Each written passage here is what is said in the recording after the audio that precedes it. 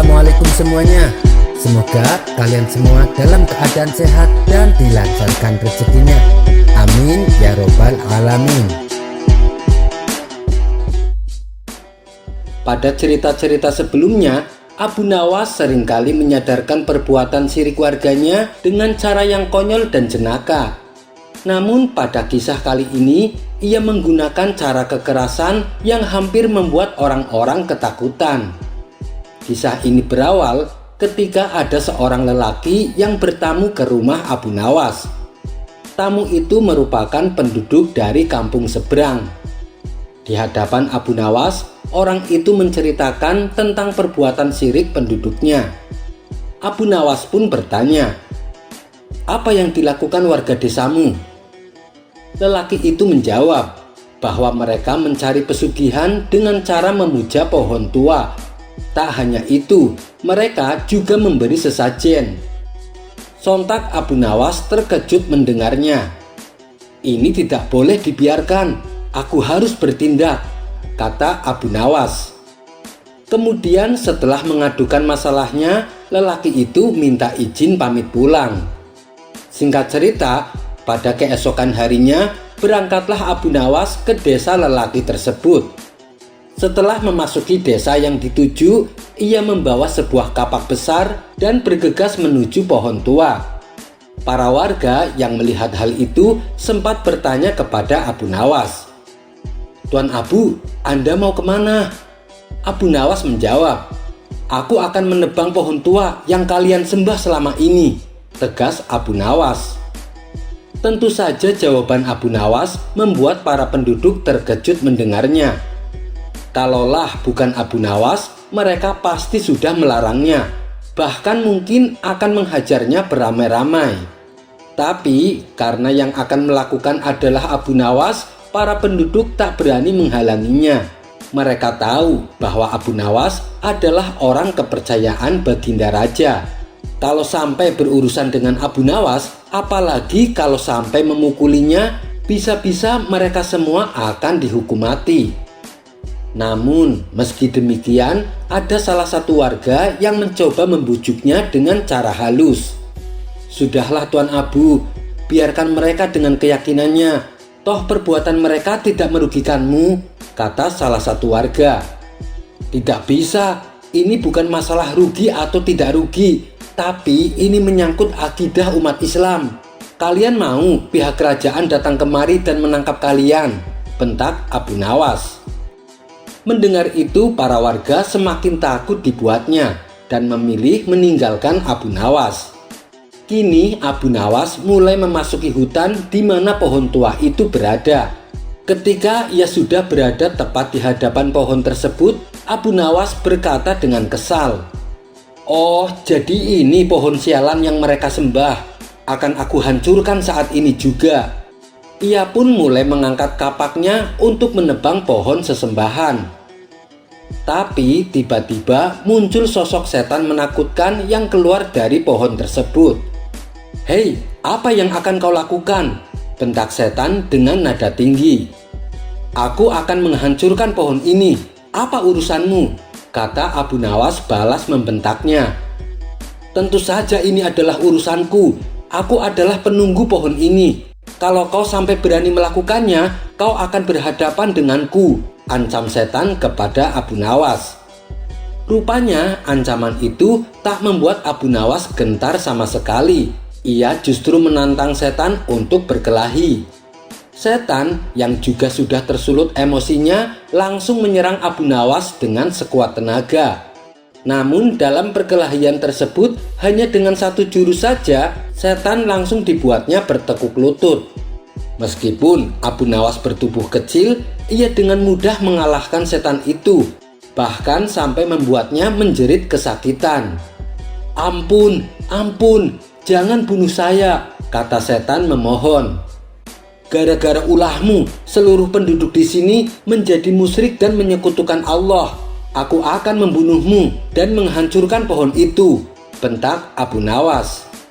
"Ampun Tuan Abu, tolong jangan lakukan itu. Aku berjanji akan memberikan upeti kepadamu," bujuk setan melalui tipu dayanya. Sesaat Abu Nawas terdiam, ia mulai tergiur dengan tawaran yang diajukan setan. "Upeti, apa maksudmu?" tanya Abu Nawas penasaran. "Tiap pagi menjelang aku akan memberimu 1000 dinar, jawab setan. Mendengar iming-iming uang yang begitu banyak, Abu Nawas semakin tergiur. "Benarkah? Tapi bagaimana cara kau melakukannya? Aku tak mungkin mendatangi tempat ini setiap hari," tanya Abu Nawas. "Jangan khawatir Tuan Abu, yang perlu Anda lakukan hanyalah duduk di rumah. Nanti setiap pagi di balik sajadah Tuan akan ada uang 1000 dinar, kata setan menjelaskan. "Baiklah, tapi awas, kalau kau sampai berbohong, aku akan balik ke sini untuk membunuhmu," ancam Abu Nawas. "Tentu saja Tuan Abu, aku akan menepati janjiku," balas setan. Akhirnya berkat tipu daya setan yang terkutuk, Abu Nawas tidak jadi menebang pohon. Pada hari pertama, Abu Nawas mencoba membuka sajadahnya dan mendapati uang 1000 dinar. Begitu pula dengan hari yang kedua, ia kembali mendapatkan 1000 dinar yang ia peroleh dari balik sajadahnya. Dengan tersenyum bangga, Abu Nawas berkata, "Kalau caranya seperti ini, aku bisa kaya raya tanpa harus bekerja." Akan tetapi, pada hari yang ketiga, ia tidak melihat ada uang di balik sajadahnya. Dalam hati Abu Nawas berkata, "Mungkin setan itu lupa. Besok pasti dia akan menggandakan uangnya," pikir Abu Nawas. Namun apa yang diharapkan Abu Nawas tidak sesuai dengan apa yang dipikirkan. Ia sama sekali tidak mendapatkan uang dari balik sajadahnya. "Kurang ajar, setan itu telah mengkhianatiku," geram Abu Nawas. Tanpa pikir panjang, ia pun kembali mendatangi pohon tua untuk menghancurkannya. Dan ketika ia sudah berada di depan pohon tersebut, setan kembali muncul. "Hei, apa yang akan kau lakukan?" tanya setan. "Kau telah mengingkari janjimu, dan kini aku akan menghancurkan pohon itu," jawab Abu Nawas emosi. Dalam hati, Abu Nawas berharap setan akan kembali memohon dan memberikannya uang setiap harinya. Namun dugaan Abu Nawas meleset. Setan justru tertawa dan mengejeknya. "Coba saja kalau kau berani, aku akan membuatmu menderita," ancam setan. Maka perkelahian keduanya pun kembali terulang. Tapi kali ini Abu Nawas yang menanggung kekalahan. Ia jatuh tersungkur ke tanah dengan dipenuhi luka-luka di tubuhnya. "Kau pikir akan bisa mengalahkanku? Hari ini aku lebih kuat darimu," kata setan dengan bangganya. "Tempo hari memang kau bisa mengalahkanku. Itu dikarenakan niatmu waktu itu semata-mata karena Allah. Kau datang dengan niat untuk memberantas kesyirikan. Oleh sebab itulah Allah memberikan kekuatan kepadamu, dan aku tak mungkin bisa mengalahkanmu. Bahkan bila seluruh pasukanku aku kerahkan untuk mengeroyokmu, mereka tak akan bisa mengalahkanmu. Tapi ingat wahai Abu Nawas, hari ini kau datang dengan niat yang berbeda. Kau datang karena mengharap imbalan dunia. Kau mengharapkan pemberian uang dariku. Tentu saja aku bisa dengan mudah mengalahkanmu," kata setan menjelaskan. Sontak terkejutlah Abu Nawas. Ia pun tersadar akan kesalahannya. Dan semenjak peristiwa itu, Abu Nawas segera bertaubat dan memohon ampunan kepada Allah. Di sela-sela doanya, ia juga meminta agar perilaku kesyirikan yang dilakukan penduduk kampung seberang diberikan hidayah dan kembali ke jalan yang benar. Beberapa hari kemudian terdengar kabar bahwa pohon tua yang jadi sesembahan tersambar petir dan hancur terbakar. Akibat kejadian itu, para penduduk kini tak lagi menjadikan pohon tersebut sebagai sesembahan untuk mencari pesugihan. Kisah selanjutnya. Dikisahkan ada sepasang suami istri yang taat beribadah. Meskipun mereka hidup dalam kemiskinan, namun mereka selalu bersyukur kepada Allah. apalagi saat mereka dikaruniai seorang anak yang soleh. Setiap hari sang ayah selalu pergi ke hutan mencari kayu bakar untuk dijualnya ke pasar. Suatu ketika, saat menjelang kematiannya, sang ayah melepaskan anak sapi miliknya ke tengah hutan. "Ya Allah, saya menitipkan anak sapi ini kepadamu untuk anakku kelak jika dia dewasa," kata sang ayah dalam doanya. Tidak berapa lama kemudian, sang ayah pun meninggal dunia. Seiring berjalannya waktu, anak sapi yang dilepaskan di hutan kini menjadi sapi betina yang elok dan besar.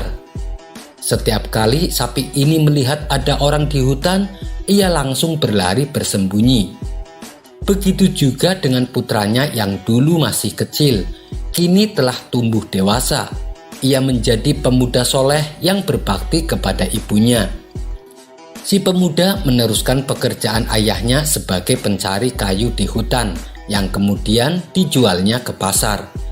Uang hasil dari penjualannya, sepertiganya ia sedekahkan, sepertiganya ia berikan kepada ibunya, dan sepertiganya lagi ia gunakan untuk dirinya sendiri. Pada suatu hari, sang ibu berkata kepada anaknya, "Wahai anakku, sesungguhnya ayahmu telah mewariskan anak sapi betina untukmu. Dia titipkan kepada Allah di hutan ini. Carilah sapi tersebut. Berdoalah kepada atas nama Tuhan Nabi Ibrahim, Nabi Ismail, dan Nabi Ishak agar mengembalikan anak sapi tersebut kepadamu. Ciri-cirinya adalah saat kau melihatnya, seakan-akan sinar matahari memancar dari kulitnya. Dia diberi nama Al-Mudzahabah karena keindahan dan kejernihannya." Maka berangkatlah pemuda soleh menuju hutan. Sesampainya di tengah hutan, pemuda soleh mengamati ke penjuru arah. Ia mencari keberadaan sapi yang dimaksud ibunya. Lalu tampaklah sapi betina besar dan berbulu indah keemasan. Si sapi terlihat sedang asik memakan rumput hijau. Pemuda soleh kemudian mencoba mendekatinya. Melihat ada orang yang mendekat, spontan si sapi menjadi kaget dan hendak lari bersembunyi. Namun pemuda soleh segera memanggilnya. "Wahai Al-Mudzahabah, demi nama Tuhannya Nabi Ibrahim, Nabi Ismail, dan Nabi Ishak, mendekatlah padaku." Sapi betina itu pun langsung menurut dan berjalan mendekatinya. Si pemuda lalu memegang lehernya dan menuntunnya untuk dibawa pulang. Saat si pemuda hendak menuntunnya, tiba-tiba sapi tersebut bisa berbicara. "Wahai anak yang berbakti kepada kedua orang tua, tunggangilah aku, karena hal itu lebih meringankanmu." Pemuda soleh membalas, "Sesungguhnya ibuku tidak memerintahkanku melakukan hal itu. Beliau hanya menyuruhku untuk memegangi lehermu." Sapi itu kembali berkata, "Demi Tuhannya Bani Israel, seandainya kamu tadi menuruti kata-kataku, niscaya selamanya kamu tidak akan bisa menguasaiku. Tetapi kamu lebih menuruti kata-kata ibumu. Ayo kita berangkat. Sungguh, jika engkau memerintahkan gunung melepaskan diri dari pangkalnya dan diperintah berjalan bersamamu, niscaya ia melakukannya lantaran baktimu kepada ibumu." Tidak berapa lama sampailah mereka di rumah. Si pemuda lalu menghadap ibunya. Ia memberitahukan kalau sapi yang dimaksud sudah didapatkannya. "Wahai anakku, aku kasihan padamu. Setiap hari engkau mencari kayu di hutan dan malamnya engkau gunakan untuk beribadah. Jualah sapi itu untuk meringankan bebanmu," kata ibunya. "Saya jual dengan harga berapa, Bu?" tanya pemuda soleh. "Jualah dengan harga 3 dinar. Bila ada yang menawar, jangan kau jual tanpa pertimbanganku," jawab ibunya.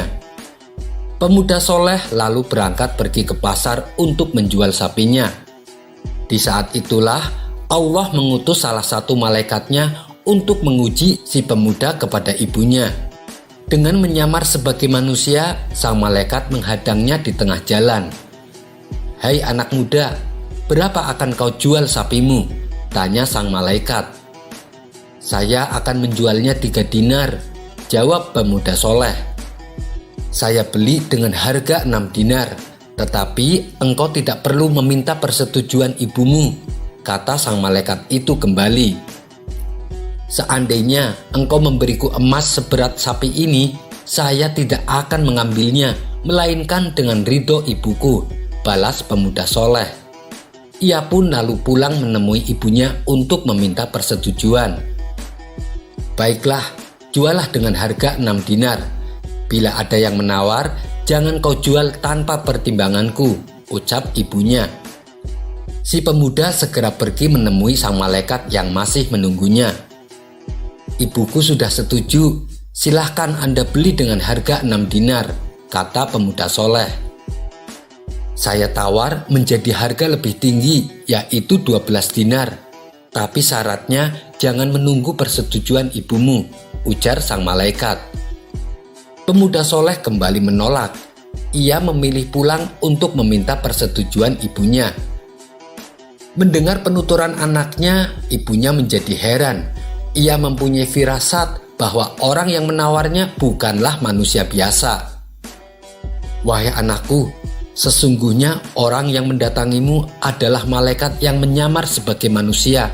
Ia sengaja datang untuk mengujimu. Bila ia mendatangimu lagi, katakan padanya, apakah engkau memerintahkan kami untuk menjual sapi ini ataukah tidak?" Pemuda soleh kemudian kembali mendatangi sang malaikat. Ia pun mengutarakan apa yang disampaikan ibunya. Sang malaikat berkata, "Kembalilah pada ibumu dan sampaikan padanya, jangan buru-buru menjual sapinya, tahan dulu, sebab nanti Nabi Musa akan membeli sapimu. Dan jangan jual sapi ini, kecuali seharga emas yang beratnya sama dengan sapinya." Si pemuda lantas pulang menemui ibunya. Ia menyampaikan apa yang dikatakan sang malaikat. Tidak berapa lama kemudian, terdengar kabar yang menggemparkan. Salah satu saudagar kaya yang berprofesi sebagai rentenir ditemukan tewas di tengah jalan. Saudagar yang tewas tersebut bernama Sam'un. Ia tidak mempunyai anak dan istri. Ia hanya mempunyai saudara sepupu yang bernama Uhaihah. Uhaihah ini hidupnya sangat miskin, sehingga ia berhasrat ingin menguasai harta saudagar Sam'un. Dan jalan satu-satunya adalah membunuh saudagar Sam'un yang merupakan kerabatnya. Dengan begitu, harta kekayaan saudagar Sam'un akan jatuh ke tangannya, karena dialah satu-satunya ahli waris dari keluarga saudagar Sam'un. Setelah berhasil membunuhnya, Uhaihah menutup perbuatannya dengan membawa mayat Sam'un ke pinggir kota. Tujuannya supaya penduduk kedua kota saling menuduh satu sama lain. Siasat Uhaihah pun berjalan lancar. Para warga mendatangi rumah Uhaihah untuk memberitahu atas kematian Sam'un. Di situ Uhaihah pura-pura kaget dan menangis sejadi-jadinya. Sementara orang-orang masih bingung siapa yang melakukan pembunuhan. Uhaihah lalu memprovokasi warga. Ia menuduh pelakunya adalah orang dari kampung sebelah, karena orang kampung sebelah punya banyak hutang sama Sam'un. Spontan orang-orang menjadi geram. Mereka pun berencana menyerang kampung sebelah. Ketika suasana semakin memanas, seorang kakek tua muncul dan berusaha untuk meredakan ketegangan. "Saudara sekalian, jangan biarkan setan menguasai diri kalian. Kalian telah termakan fitnah atas kematian saudagar renten ini. Aku yakin kalian semua membencinya karena dia adalah seorang rentenir," kata si kakek tua. "Tapi kan caranya berdagang bukan alasan untuk membenarkannya dibunuh," ujar salah satu warga. "Iya, engkau memang benar, tapi kematiannya juga bukan alasan yang tepat untuk bertikai dengan kampung sebelah. Sekarang temui Nabi Musa. Bukankah di tengah-tengah kita ada seorang rasul? Adukan perkara ini kepada beliau," kata si kakek tua mengusulkan. Usulan tersebut diterima warga. Mereka lalu menemui Nabi Musa. Nabi Musa sempat tertegun dengan masalah yang dialami warga. Beliau kemudian bermunajat kepada Allah supaya diberikan petunjuk. Setelah mendapatkan wahyu dari Allah, Nabi Musa lalu menyuruh mereka untuk menyembelih sapi betina. Perintah Nabi Musa sempat ditentang oleh mereka. "Apakah kau hendak menjadikan kami bahan ejekan?" Sekali lagi Nabi Musa meyakinkan mereka bahwa itu adalah perintah langsung dari Allah. Akhirnya mereka pun mempercayai perkataan Nabi Musa. Nabi Musa lalu memberitahu bahwa sapi yang disembelih bukanlah sembarang sapi, tapi sapi yang punya ciri-ciri khusus. Sapinya harus sapi betina, dan sapi tersebut tidak pernah ditunggangi oleh manusia. Warna kulitnya kuning kemilau keemasan. Setelah mencari kesana kemari, akhirnya ditemukan sapi yang dimaksud. Dan sapi tersebut adalah kepunyaan anak soleh yang berbakti kepada ibunya. Sesuai dengan amanat dari sang malaikat, pemuda soleh mau menjual sapinya tapi dengan harga emas seberat sapinya. Demi untuk mengungkap siapa pembunuhnya, maka mereka pun menyetujuinya. Hampir separuh dari harta warisan saudagar yang tewas dibelanjakannya untuk membeli sapi milik pemuda soleh. Si pemuda kini menjadi orang kaya berkat besarnya rasa bakti kepada ibunya. Sementara sapi yang telah dijualnya disembelih oleh Nabi Musa. Lalu tulang dari sapi tersebut dipukulkan ke mayat Sam'un si saudagar kaya. Tiba-tiba mayat Sam'un berbicara. Ia mengatakan bahwa pembunuhnya adalah saudara sepupunya sendiri yang bernama Uhayha. Kini warga mengetahui siapa pembunuh sebenarnya. Mereka lalu menjatuhi hukuman mati kepada Uhayha karena ia telah membunuh Sam'un dan memprovokasi warga untuk bertikai dengan kampung sebelah. Kisah ini terdapat dalam Al-Quran surat Al-Baqarah yang artinya sapi betina. Sekian dulu perjumpaan kita kali ini. Sampai bertemu lagi di kisah selanjutnya. Terima kasih yang sudah subscribe dan setia menonton channel ini. Kisah selanjutnya. Entah kenapa, tiba-tiba Abu Nawas merasa kangen dengan Baginda Raja. Untuk mengobati rasa kangennya, Abu Nawas memutuskan datang ke istana. Setibanya di istana, Abu Nawas segera menghadap Baginda Raja. "Kebetulan kamu datang, Abu Nawas. Saya memang sudah kangen denganmu," kata Baginda Raja tanpa basa-basi. Abu Nawas menjadi senang bukan kepalang, karena ternyata Baginda Raja juga merasakan hal yang sama seperti dirinya. "Kemari, duduklah di sampingku. Apa ada berita yang ingin kau sampaikan?" tanya Baginda Raja. "Tidak ada, Paduka yang mulia. Tujuan hamba datang kemari juga karena hanya merasa kangen ingin bertemu Baginda Raja," jawab Abu Nawas. Ketika keduanya sedang asik ngobrol, tiba-tiba Baginda Raja berdiri dari singgasananya. "Sebentar Abu Nawas, aku mau ganti baju dulu," ucap Baginda Raja. Setelah Abu Nawas menunggu agak lama, Baginda Raja pun keluar dari kamarnya dan kembali menghampiri Abu Nawas. Betapa terkejutnya Abu Nawas melihat Baginda Raja menggunakan baju yang amat sederhana seperti dirinya. Dengan senyum penuh bahagia, Abu Nawas bertanya, "Ada gerangan apa? Tiba-tiba Baginda memakai baju seperti saya." "Saya ingin main ke rumahmu, Abu Nawas," sahut Baginda Raja. Mendengar itu, Abu Nawas semakin bahagia. Apalagi ketika Baginda mengatakan dirinya tak mau dikawal. Ia hanya ingin pergi berdua saja dengan Abu Nawas. "Kalau boleh tahu, untuk apa Baginda main ke rumah hamba?" tanya Abu Nawas penasaran. "Ya pokoknya saya pengen aja main ke rumahmu," balas Baginda Raja. "Tapi sebelumnya hamba minta maaf Baginda yang mulia. Kondisi rumah hamba lagi berantakan. Saya khawatir Baginda tidak betah berlama-lama di rumah saya," ujar Abu Nawas. "Sudahlah Abu Nawas, toh saya tidak ingin minta apa-apa di rumahmu.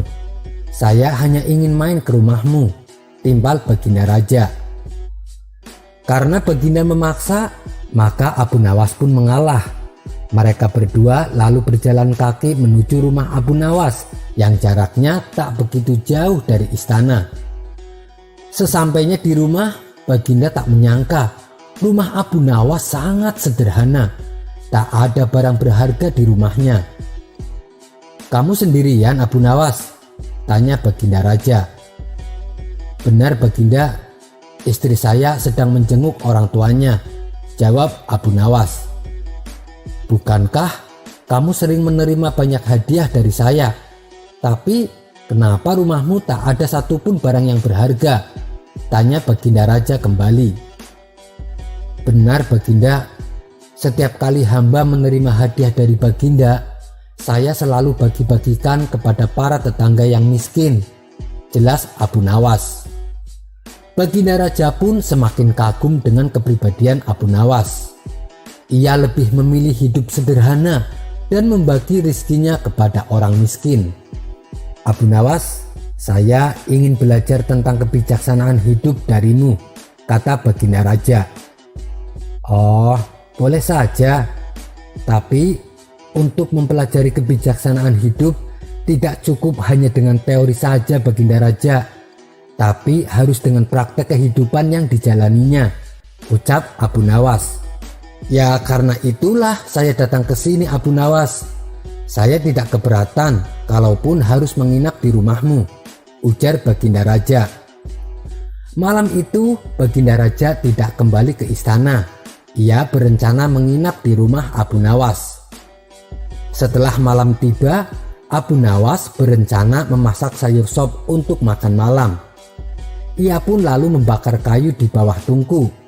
Abu Nawas beberapa kali meniup-niup api yang mulai menyala.